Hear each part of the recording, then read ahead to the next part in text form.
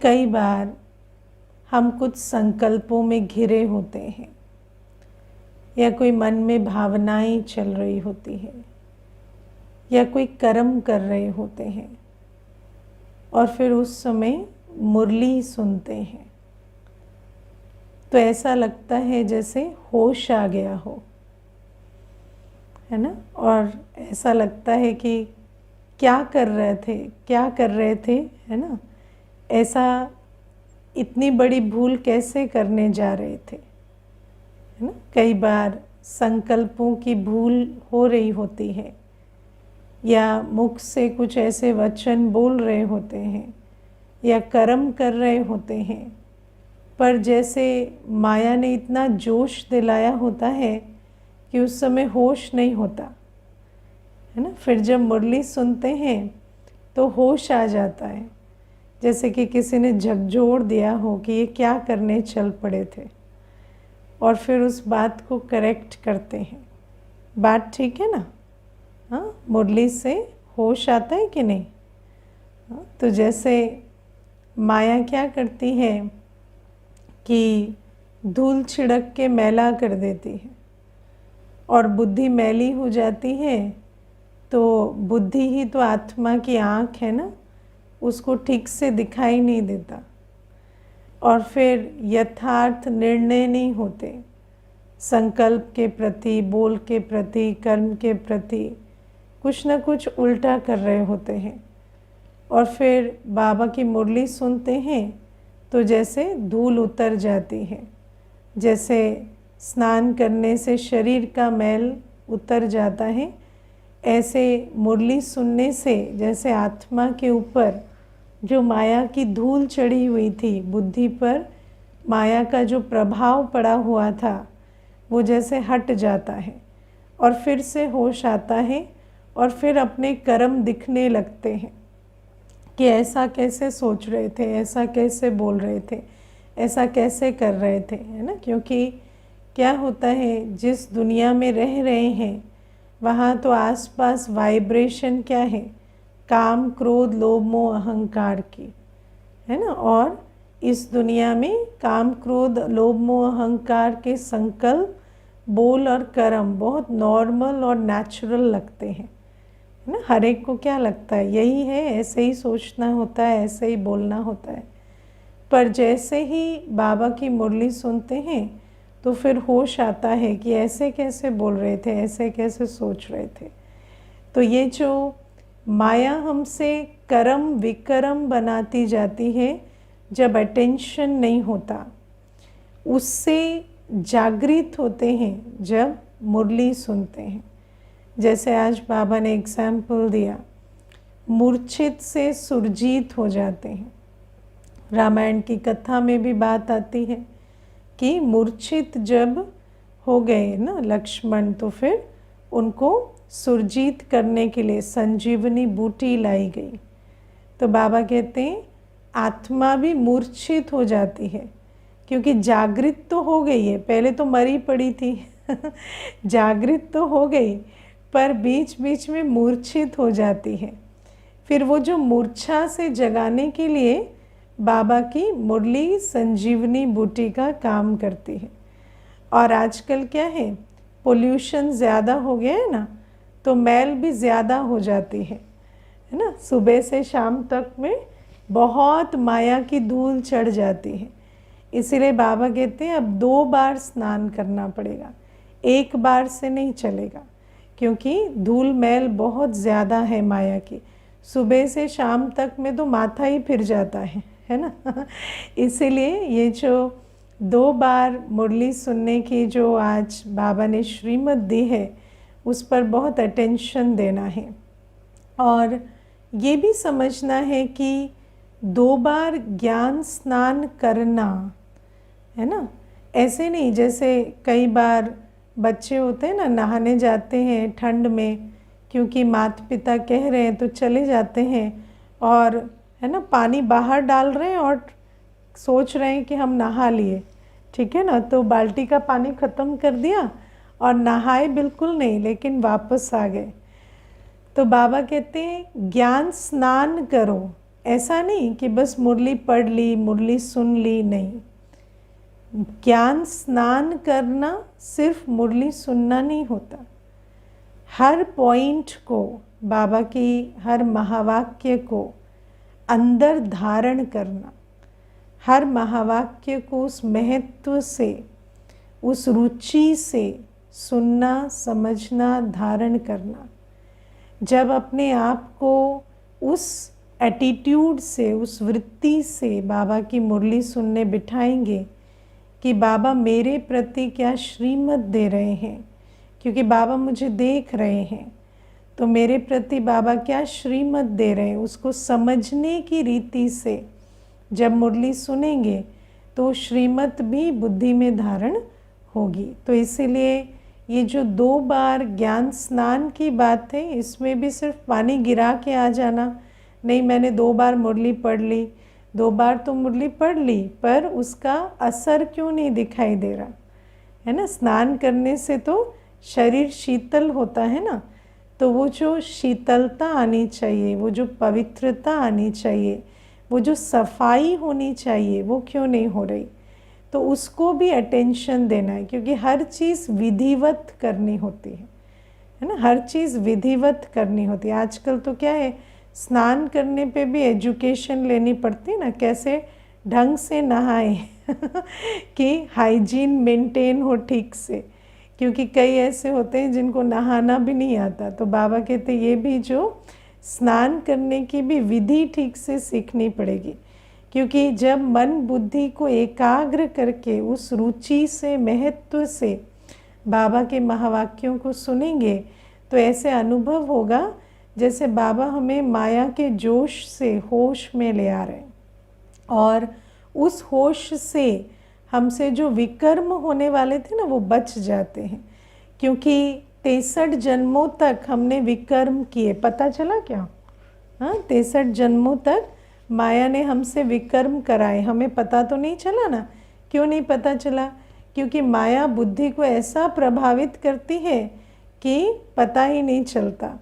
मैं आपको एक छोटी सी बात बताती हूँ। ये जो प्रभाव है ना, ये प्रभाव ऐसी चीज़ है कि प्रभावित व्यक्ति को पता नहीं चलता कि मुझ पे प्रभाव पड़ गया है ना। अभी कुछ दिन पहले क्या हुआ, एक माता थी, तो माता किसी एक और माता की हमेशा निंदा करती थी। जब भी आती तो निंदा करती। तो तो हमेशा क्या होता, जब वो आने वाली होती तो एक्सपेक्टेड होता कि अभी वो आएगी 15-20 मिनट, विभिन्न तरीक़ों से, विभिन्न युक्तियों से उसकी निंदा करेगी, है ना। वो ऐसे वैसे कहना तो नहीं चाहिए, बाबा कहता है निंदा मत करो, पर देखो जैसे हैं वैसे बताना तो पड़ता ही है। अब खट्टा है तो खट्टा ही कहेंगे, मीठा थोड़ी कहेंगे। तो ऐसे कर कर के ना कुछ वो निंदा करती है। तो एक दिन आई और क्या हुआ कि उसी माता की बहुत जैसे प्रशंसा के पुल बांध रही है ना। फिर उसको बीच बीच में याद आता कि मैं उसकी प्रशंसा कर रही हूँ, तो फिर बीच में थोड़ी निंदा करती, फिर प्रशंसा करती, तो ऐसे। तो मैंने उसको कहा आज क्या हो गया है, आपका थोड़ा सुर बदला हुआ है तो मुझे कहती है कि नहीं नहीं, देखो जो अच्छा है उसको अच्छा ही कहेंगे ना, अब बुराई तो अपना संस्कार है। तो मैंने कहा वो तो ठीक है, पर ये तो आप रोज़ ही सुनते हो, पर ऐसा कभी देखा नहीं मैंने, तो अभी क्या हुआ? तो कहती नहीं, वो मैं उसको जैसा समझती हूँ ना, इतनी बुरी भी नहीं है। कल असल में चले गए थे ना उसके यहाँ, तो उन्होंने मुझे ऐसे प्यार से पुचकारा, मेरी बहुत प्रशंसा की, मुझे आगे बिठाया और मुझे कहा कि यही है जिन्होंने मेरा 10 वर्ष से सबसे ज़्यादा साथ दिया, जैसे राइट हैंड की तरह हमारे साथ साथ खड़ी रही है। तो मैंने भी अपने मन में सोचा कि सच बात है, मैं इनको गलत ही समझती आई हूँ, लेकिन इतनी गलत भी नहीं है या इतनी बुरी भी नहीं है। अब देखो जिसकी जो विशेषता है वो तो है ही, अब अवगुण बताते हैं तो विशेषता क्यों नहीं बताएंगे तो इस प्रकार से कहने लगी, है ना। तो मैं उस दिन, मैं फिर बाद में भाई को कह रही थी, मैंने कही तो पूरी इम्प्रेस होके आई है, अभी उसका इम्प्रेशन चलेगा 2-4 दिन, उसके बाद फिर वो अपने संस्कारों में आ जाएगी, है ना। तो क्या होता है कि ये जो प्रभाव पड़ जाता है, जब प्रभाव पड़ता है ना तो सूर्य बदल जाता है ना। और क्या होता है, ऐसे ही माया भी क्या करती है, माया भी हम पर प्रभाव डलवा देती है। कोई भी विकार जो है, विकार आकर्षण या भय का रूप लेता है ना। कोई भी विकार जब आता है तो विकार आत्मा को आकर्षण या भय में डाल देता है, या तो आकर्षण में वस्तु व्यक्ति वैभव के, या भय में, है ना। काम विकार आकर्षण में डालता है ना, या कोई और चीज़ होती है भय में डाल देती है। तो माया हमारी बुद्धि पर पर्दा डाल देती है, और फिर जब बुद्धि पर पर्दा डल जाता है तो जो पहले दिखता था वो अब नहीं दिखता, कुछ और दिखने लगता है।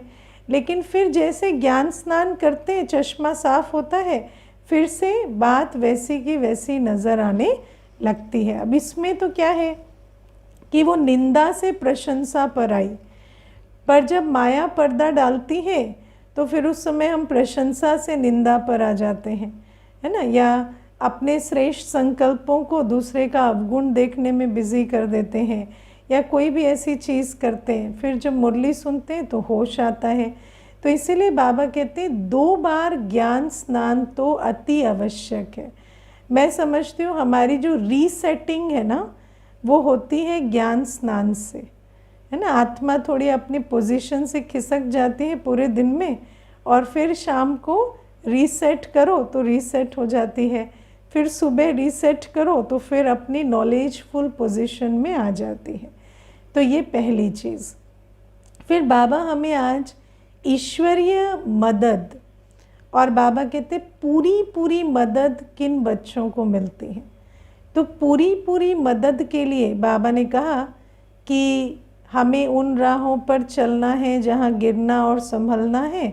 लेकिन बाबा कहते गिरेंगे संभलेंगे तो ठीक है, लेकिन बाबा भी संभलने में मदद करेंगे, लेकिन किन की करेंगे, सगे बच्चों की, है ना। बाबा कहते सगे बच्चों की मदद करेंगे। अब सगे बच्चे क्या होते हैं, तो बाबा ने हमें 4 प्रकार के बच्चे बताए। एक होते हैं आस्तिक, दूसरे होते हैं नास्तिक, है ना। पहले तो आस्तिक नास्तिक कौन होते हैं, एक जिनको बाबा का और रचना के आदि मध्य अंत का परिचय नहीं है। दूसरे आस्तिक जिन्हों को बाबा ने अपना और आदि मध्य अंत का परिचय दिया। तो यहाँ सभी कौन बैठे, आस्तिक बैठे, है ना। ऐसा तो कोई नहीं है जिसका कोर्स नहीं हुआ है, जिसको ड्रामा का ज्ञान या बाबा का ज्ञान नहीं मिला है, तो सभी आस्तिक हैं। अब आस्तिक बच्चों में भी सगे और लगे, मातेले और सौतेले होते हैं, है ना। वो किस आधार से होते हैं कि बाबा को जान तो लिया, पहचान तो लिया, लेकिन बाबा की श्रीमत पर नहीं चलते। तो जान पहचान कर भी श्रीमत पर नहीं चलते, तो बाबा कहते फिर उनकी संभाल मैं कैसे करूँगा, है ना। और ये जो रास्ता है इसमें गिरना और संभलना है। लेकिन अगर एक तो बाबा कहते अपनी संभाल करो ज्ञान स्नान से, लेकिन दूसरा है संभालने वाला बाबा भी बैठा है, लेकिन वो किनकी संभाल करते हैं, जो सगे बच्चे हैं। सगे बच्चे माना जो जिसके लिए बाबा ने आज 2 क्वालिफ़िकेशन बताई है ना। आज जो सगे बच्चे हैं, जो मातेले बच्चे हैं, उनके लिए बाबा ने 2 क्वालिफ़िकेशन बताई। पहली बात, उनको निश्चय है कि मेरा तो एक शिव बाबा दूसरा ना कोई, मेरा तो एक शिव बाबा दूसरा ना कोई। अभी पूछूंगी कि किस किस को निश्चय है, तो सब हाथ उठा देंगे कि मेरा तो एक शिव बाबा दूसरा ना कोई। लेकिन कैसे पता चले मेरा तो एक शिव बाबा दूसरा ना कोई? जो एक मेरा है ना, तो मेरी बुद्धि और किसी में भी नहीं जाएगी। मैं कुछ भी करूं, कहीं भी हूँ, मेरी बुद्धि और किसी देहधारी में, किसी वस्तु में नहीं जाएगी। उसको कहेंगे मेरा तो एक शिव बाबा दूसरा ना कोई। क्योंकि अगर ऐसा है कि मुश्किल के समय शिव बाबा को याद करते हैं, लेकिन जब सब कुछ ठीक है तो देहधारियों को याद करते हैं, तो मेरा तो एक शिव बाबा दूसरा ना कोई नहीं हुआ, है ना।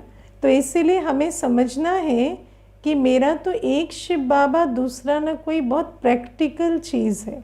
अब हम कहें विघन आया तो मुझे एक बाबा याद आया, वो तो ठीक है, लेकिन आम खरीदा तो एक बाबा याद नहीं आया, वो याद आया जिसको घर में आम सबसे ज़्यादा पसंद है ना। लौकिक परिवार में जिसको आम सबसे ज़्यादा पसंद है वो याद आया, है ना। समय छुट्टी हुई तो सोचा बच्चों को घुमा लाएं, ये करें, ये नहीं सोचा कि बाबा की सेवा कुछ करें। तो बाबा कहते समय, संकल्प, श्वास जिस एक के प्रति समर्पित होता है, पहले शिव बाबा उसके बाद कोई और, है ना, उसको कहेंगे एक शिव बाबा, दूसरा न कोई। तो बाबा कहते ये जो बच्चे होते हैं ना, इनकी मैं संभाल करता हूँ।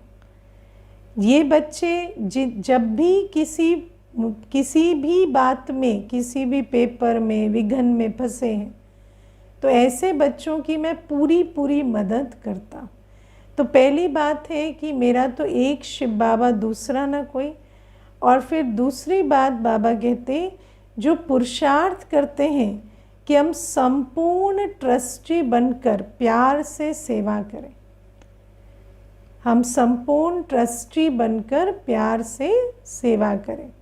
संपूर्ण ट्रस्टी बनना क्या होता है? संपूर्ण ट्रस्टी बनने की बहुत इजी परिभाषा है, किसी में भी मेरापन ना हो, है ना। मेरा तो एक शिव बाबा और किसी में भी मेरापन नहीं।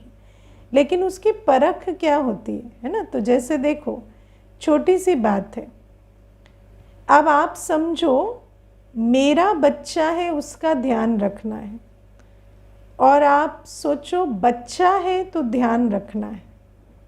अब दोनों बातों में ध्यान रखना तो नेचुरल है ना, है कि नहीं। अगर बच्चा है, खुद से खा नहीं सकता, खुद से बना नहीं सकता, तो बच्चे का तो ध्यान रखना ही पड़ता है ना, कि नहीं रखना पड़ता।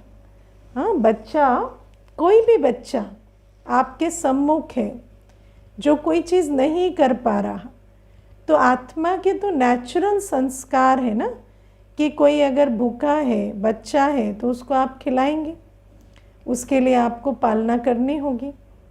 लेकिन जब हम कहते हैं मेरा बच्चा, तो मेरे बच्चे की आप तब तक पालना कर रहे हैं जब, जैसे चिड़िया होती है ना, उसको भी सेंस होता है कि उड़ने लगा है तो अब इसके पीछे मुझे नहीं उड़ना है। लेकिन मनुष्य मेरेपन में जब बच्चा बड़ा भी हो जाता तो उसको पता नहीं चलता ये बच्चा बड़ा हो गया, क्योंकि मेरा बच्चा है ना। तो बच्चा, अगर आप समझेंगे बच्चा है तो वो बड़ा भी होगा, लेकिन अगर मेरा बच्चा है ना तो कभी बड़ा नहीं होगा, वो हमेशा बच्चा ही रहेगा, है ना। और देखो, सुनते हैं ना कि बच्चे तो माता पिता के लिए हमेशा बच्चे ही रहते हैं। तो ये सब क्या है? ये मोह की प्रोग्रामिंग है जो अपने अंदर फीड की गई है। ये मेरेपन के संस्कार हैं जो अंदर डाले गए हैं। अब देखो, बच्चा है उसका ध्यान रखते हैं, बड़ा हो गया तो अपने लिए जिम्मेवार है। लेकिन मेरा बच्चा है तो कभी भी जिम्मेवार नहीं। जहाँ मेरापन है वहाँ हमेशा आप उसकी पालना करते रहेंगे, चाहे उसको पालना की ज़रूरत है या नहीं है, या वो उस पालना को एक्सप्लॉइट ही कर रहा हो, लेकिन आप उसकी पालना करते रहेंगे। क्योंकि आप क्या कहेंगे, अब जो कुछ है मेरा इसी का है और किसका है ना। तो इसीलिए कोई भी चीज़ करने में और मेरेपन से करने में बहुत अंतर है। जब आप कोई चीज़ करते हैं, है ना, जिम्मेवारी पूरी करते हैं, तो जिम्मेवारी में आप सोच समझ कर वो तन मन धन समय श्वास संबंध लगाते हैं जो ज़रूरी है। लेकिन जहाँ मेरापन होता है ना, वहाँ सब कुछ एक्स्ट्रा लगता है, जो ज़रूरत नहीं है वो भी लग रहा है ना। तो आप देखो, कहते हैं ना, गाय चाट चाट के बछड़े को घाव कर देगी कलयुग में, है ना। तो आजकल क्या है, वही चाट चाट के घाव करने वाला सिस्टम हो गया, क्योंकि इतना मेरापन है। तो बाबा हमें कहते हैं कि तुम्हें प्यार से सेवा करनी है, लेकिन ट्रस्टी बनकर। ट्रस्टी बनना माना मेरापन नहीं। जहाँ मेरापन है वहाँ बुद्धि काम नहीं करती, वहाँ पर सब कुछ एक्स्ट्रा लगता है। आजकल हम देखते हैं बच्चों के बच्चे हो गए, उनको भी बच्चे नहीं पाल रहे, उनको भी नाना नानी दादा दादी बैठकर पाल रहे हैं। बच्चे को भी, उसके बच्चे को भी, सबको पाल रहे हैं। क्यों? क्योंकि बहुत मेरापन है ना। तो ये जो ट्रस्टीशिप कहाँ है फिर? अब बाबा हमें कहते हैं आत्मा किसकी है? बाबा की, है ना। 4 प्रश्न सिखाते हैं कि मैं आत्मा हूँ, मेरा बाबा है। मैं कौन, मेरा कौन, है ना। मैं कौन, मेरा कौन, या मैं किसका, और क्या हो रहा है, और मेरा लक्ष्य क्या है। तो ये सारे प्रश्नों के उत्तर हम जानते, रटे हुए हैं कि मैं आत्मा हूँ, मैं बाबा का हूँ। लेकिन हूँ बाबा का? नहीं, मैं तो उसका हूँ जिसमें मेरा मेरापन फंसा हुआ है ना। तो गीत गाएंगे, मेरा तो एक शिव बाबा दूसरा ना कोई। लेकिन शिव बाबा तो बहुत पीछे है, पहले तो मेरे मेरे की लिस्ट बहुत लंबी है। तो इसीलिए बाबा कहते ट्रस्टी बनकर चलो। ट्रस्टी बनकर चलना माना, ट्रस्टी बनना माना जो आवश्यक है वो तो करना ही है, वो कर्म की गति है। देखो कोई आपके सामने है, भूखा है, तो उसको लात थोड़ी मारेंगे, उसको तो भोजन ही खिलाएंगे ना। कोई भी आत्मा है जिसको कोई भी आवश्यकता है, जैसे मैं आपको एक छोटी सी बात बताती हूँ। मानो कोई ऐसे आ जाते हैं, जैसे 16 वर्ष 17 वर्ष के बच्चे हैं, उनको ये नहीं समझ में आ रहा है कि हम किस प्रकार से आगे चलें, किस प्रकार से क्या पढ़ाई करें या क्या निर्णय लें। सेंटर पर आ जाते हैं तो हम उनको निर्णय लेने तक भी मदद करते हैं। बैठकर उनको सारे प्रश्न पूछते हैं, इसके बारे में आपका क्या विचार है, उसके बारे में क्या विचार है, क्या सोचते हो, क्या सोचते हो। ऐसे कर करके उनसे वो प्रश्नों के उत्तर निकालते हैं, उनको निर्णय तक भी पहुंचाते हैं। क्योंकि जिस आत्मा को जो सपोर्ट चाहिए वो तो हमें देना पड़ेगा ना। जो आत्मा को जिस समय जो सपोर्ट चाहिए, और वो शॉर्ट टर्म सपोर्ट है, लेकिन लॉन्ग टर्म सपोर्ट क्या है? हर आत्मा को कहते हैं आप कोर्स करो, आप बाबा को जानो, पहचानो, आप योगी बनो, पवित्र बनो, तो आपका कल्याण होगा। तो वो आगे की बात है। लेकिन इमीडिएट कोई सामने होता है तो ऐसे थोड़ी है कि उसको कोई सपोर्ट नहीं देता, सपोर्ट तो देते हैं। तो बाबा हमें कहते हैं, बाबा की मुरलियों में मैंने पढ़ा है कि मानो कोई संबंध में रहकर वर्षे का अधिकारी भी नहीं बनता तो भी क्या उसको संपर्क से भी वंचित कर देंगे क्या? ऐसा तो नहीं है ना। कोई आएगा, हम उससे कहें तुम्हें राजा नहीं बनना है ना तो जाओ यहाँ से, है ना, हम सिर्फ राजाओं को पढ़ाएंगे, नहीं ऐसा तो नहीं है ना। राजा नहीं बनना है उसको संबंध में नहीं रहना है, उसको पूरा वर्षा नहीं भी लेना है, तो भी तो संपर्क में रह रहा है तो उसको संपर्क में तो रहने देते हैं ना। तो ऐसा तो नहीं है कि ट्रस्टी बनते हैं तो जिसको जो चाहिए वो देते नहीं। बाबा तो हमें दाता बनाता है, तो जिसको जो चाहिए वो देते हैं। लेकिन बाबा हमें कहते हैं ट्रस्टी बनेंगे तो जिसको जो चाहिए वो देंगे।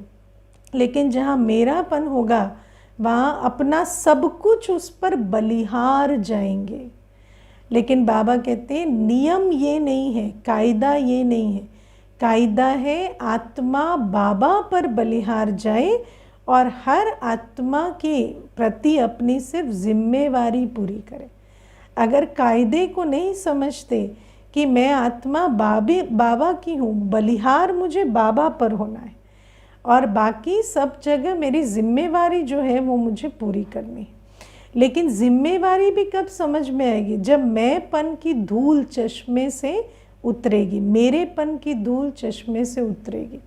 अगर अपने को माँ समझते हैं तो बच्चे में मोह है, तो मेरापन इतना है कि धूल में नज़र ही नहीं आता क्या मेरी जिम्मेवारी है क्या नहीं है ना। बच्चा 20 वर्ष की आयु में भी रो रहा है, 40 वर्ष की आयु में भी रो रहा है, तो माँ वैसे ही बिहेव कर रही है जैसे वो 3 वर्ष की आयु में रोता था तो करती थी, है ना। लेकिन उसको नहीं समझा रही कि नहीं, अभी तुम्हें अपने इमोशंस की जिम्मेवारी लेनी है, अभी तुम्हें समझ कर चलना है, वो नहीं सिखा रहे। क्यों? क्योंकि अपने अंदर इतना अटैचमेंट है, अटैचमेंट में मोह में अंधे पने पड़े। तो बाबा कहते हैं ये जो मेरापन है इस पर विजय पानी पड़ेगी। और दूसरी बात है, ट्रस्टी और गृहस्थी में एक मुख्य अंतर होता है। गृहस्थी अपने निर्णय मेरेपन के आधार से लेते हैं, है ना। ये मेरा है तो इसको इतना दो, वो मेरा नहीं है तो उसको मत दो, है ना। गृहस्थी का जो तन मन धन का डिस्ट्रीब्यूशन होता है वो मेरेपन के आधार से होता है। किसको समय देंगे? जो मेरा है। किसको सहयोग देंगे? जो मेरा है ना। बाकी किसी को नहीं देंगे, क्योंकि वो समझते हैं जो मेरा है वो अधिकारी है। लेकिन जो ट्रस्टी होता है वो योग्यता के आधार से सहयोग देता है। वो जहाँ जो चाहिए वो सहयोग देता है। उसके अंदर ये मेरेपन का बायस नहीं है, उसके अंदर ये मेरेपन का, है ना, पार्शियलिटी नहीं है। तो मानो आपके पास एक समय है जब कुछ भी करना नहीं है, है ना, तो उस समय पर लौकिक परिवार की खूब पालना कर रहे हैं, लेकिन कोई सेवा आई है और वो जो सेवा है उससे लाखों आत्माओं का कल्याण होना है। तो उस सेवा को देखते हुए हमें यहाँ कॉम्प्रोमाइज़ करने में हिचक नहीं होनी चाहिए, क्योंकि एक आत्मा का कल्याण और लाखों आत्मा के कल्याण में बहुत अंतर है ना। अगर मैं एक आत्मा के लिए भोजन बनाती हूँ और अगर मैं ब्रह्मा भोजन बनाती हूँ तो दोनों में बहुत अंतर है। मैं एक आत्मा के लिए मेरा बच्चा करती हूँ और अनेक आत्माओं के लिए मनसा सेवा करती हूँ, उसमें बहुत अंतर है। तो बाबा कहते हैं ये जो बैलेंस है लौकिक अलौकिक का, जहाँ आपको समझ में आता है कि ईश्वरीय सेवा भी उतनी ही बड़ी जिम्मेवारी है, विश्व कल्याण भी उतनी ही बड़ी जिम्मेवारी है जितनी लौकिक सेवा है। तो उसको कहेंगे हाँ ट्रस्टी है। ट्रस्टी माना बुद्धि का कांटा उसका सीधा है, उसके अंदर मेरेपन के आधार से कांटा हिला हुआ नहीं। और बाबा कहते ऐसे जो ट्रस्टी होते हैं और जो प्यार से सेवा करते हैं, मेरेपन से नहीं, प्यार से, शुद्ध प्रेम से, चाहे बेहद की सेवा है चाहे हद की सेवा है। अब एक एस्पेक्ट मैंने आपको बताया कि मेरे बच्चे नहीं लेकिन सारा विश्व कल्याण, लेकिन दूसरा है जिसको मेरा बच्चा समझते थे उसको भी आत्मा देखकर उसका कल्याण करते हैं। तो उससे क्या होता, उसकी भी रूहानी पालना होती। तो गृहस्थी और ट्रस्टी में क्या अंतर है? वो तो अटैचमेंट से पालना करते और यहाँ हर एक चीज़ सेवा हो जाती। ट्रस्टी का लौकिक भी अलौकिक ही होता है ना। जब हम अलौकिक को विश्व कल्याण की सेवा को, बाबा की श्रीमत अनुसार सेवा को अपनी जिम्मेवारी समझते हैं ना, तो हमारा लौकिक भी अलौकिक हो जाता है। फिर हम भले लौकिक में भी कार्य कर रहे हैं तो उसको भी क्या कहा जाएगा? प्यार से सेवा करना। क्योंकि जितना हम बाबा के प्यार में बाबा का इंस्ट्रूमेंट बन के चलते हैं तो हमारा हर कर्म लवफुल हो जाता है। फिर हर कर्म में हम इस प्रकार से लवफुल होके चलते हैं कि चाहे गृहस्थ व्यवहार में, लेकिन हर एक की जैसे सेवा हो रही है, पालना हो रही है, वो भी प्यार से हो रही है। तो इसको बाबा आज कहते हैं कि तुम्हें ये 2 क्वालिफिकेशन चाहिए। मेरा तो एक शिव बाबा, दूसरा न कोई, और दूसरा पूरा ट्रस्टी होकर चले। और ऐसे बच्चों की बाबा सदा मदद, पूरी मदद करते हैं। पूरी मदद करना मतलब क्या होता है? पूरी मदद करना माना बाबा हमारी बुद्धि को इतना अच्छा पकड़ कर रखेंगे, ऐसी बुद्धि जो मन मनाभव है, जो बाबा को समर्पित है ना, बाबा उस बुद्धि को इतना अच्छा पकड़ कर रखेंगे कि उस बुद्धि से कोई भी अयथार्थ कर्म नहीं होंगे। और जब अयथार्थ कर्म नहीं होते ना तो कार्मिक अकाउंट सेटल होता है और नया विकर्म नहीं बनता है ना। मैं आपको बहुत छोटी सी अपने अनुभव की बात बताती हूँ। जैसे जितना भी पुरुषार्थ, नंबरवार पुरुषार्थ अनुसार तो सभी हैं, लेकिन जो भी मेहनत की है आज तक बाबा के ज्ञान में चलने की, तो उस आधार से जो भी निमित्त भाव है, ट्रस्टी भाव है, या मेरा तो एक शिव बाबा दूसरा न कोई, उसकी धारणा है, तो उस आधार से क्या होता है, बाबा की मदद ऐसे मिलती है कि जब भी कोई पेपर आता है ना, तो ऐसा लगता है जैसे किसी ने बुद्धि मोड़ दी हो और गलती से भी गलती नहीं करने दिया किसी ने, है ना। कई बार ऐसा लगता है, पीछे मुड़कर देखते हैं तो कि इस परिस्थिति में हम कितनी सारी गलतियां कर सकते थे, लेकिन बाबा ने जैसे बुद्धि को पकड़ कर रखा और हमारी ओर से कोई गलती नहीं होने दी, है ना। क्योंकि देखो, ड्रामा के प्लान अनुसार 63 जन्मों के विकर्मों का सारा हिसाब किताब तो आना ही है, आना है ना। तो ऐसा तो है नहीं कि परिस्थिति नहीं आएगी, परिस्थितियां तो सभी आएंगी, लेकिन उस परिस्थिति में हलचल नहीं हो रही। उस परिस्थिति में बाबा ने बुद्धि का ताला ऐसा खोला है कि कोई काम क्रोधवश, ईर्ष्यावश, किसी भी भावनावश कोई भी कर्म कर रहा है, लेकिन आपसे उस सिचुएशन में कोई विकर्म नहीं हुआ। आप ऐसा नहीं कि उसके प्रभाव में आपने भी 2 उल्टे कर्म कर दिए, 2 उल्टे बोल दिए, ऐसे पाप नहीं होते। इतना बाबा बुद्धि को पकड़ कर रखता है। और मैंने इस ईश्वरीय मदद को बहुत अनुभव किया। कई बार जब बात पार हो जाती है तो ऐसा लगता है उस समय तूफान जब आया तो हलचल तो हुई थी, लेकिन पता नहीं किसने ऐसे पकड़ कर रखा कि हमने गलती से भी गलत कर्म नहीं किए। और जब कोई कर्म विकर्म नहीं बना तो फिर नेचुरल है कि आगे की कर्म की गति हमारी नहीं बिगड़ी, है ना। क्योंकि क्या होता है, माया यही करती है, माया आकर्षण या भय में लाकर आपसे ही गलत कर्म करा देती है। तो जब आपसे ही विकर्म हो जाता है तो इस विकर्म को आपको झेलना पड़ता है। लेकिन बाबा कहते कि ऐसे बच्चे जो समर्पित बुद्धि होकर चलते हैं ना, उनको मैं इतनी मदद करता हूँ कि ऐसे बच्चों को मैं समय पर बुद्धि का ताला खोल देता हूँ। समय पर जैसे मदद उनको मिल जाती है, स्थूल मदद नहीं, लेकिन बुद्धि एक्यूरेट काम करना, मन संतुलित रहना, कर्म विकर्म ना बनना। और जब कर्म विकर्म नहीं बनते ना, तो ये जो कर्म की गति है, जिसको हम कहते हैं ना विकर्मों से विकर्म बन रहे थे, वो कर्म की गति बदलती जाती है। और एक बार गलत कर्म नहीं हुए तो उस कर्म की शक्ति आपको आगे भी विकर्म करने से रोकती है। आगे भी वो जो अनुभव कि इतनी बड़ी परिस्थिति आई पर आपके कर्म विकर्म नहीं बने, वो अनेकों की सेवा भी करते हैं और अगली परिस्थिति में आपको ये वाला बल और फल भी बहुत मदद करता है। और कई बार ये जो विकर्मों का जो साइकिल था वो बदलकर श्रेष्ठ कर्मों का साइकिल सा बनता जाता है। तो ये मेरा निजी अनुभव है कि जब हम बाबा की श्रीमत पर चलते हैं, ट्रस्टी बनकर चलते हैं, एक बाबा दूसरा न कोई कर चलते हैं, तो बाबा की पूरी मदद इस प्रकार से हमें मिलती है।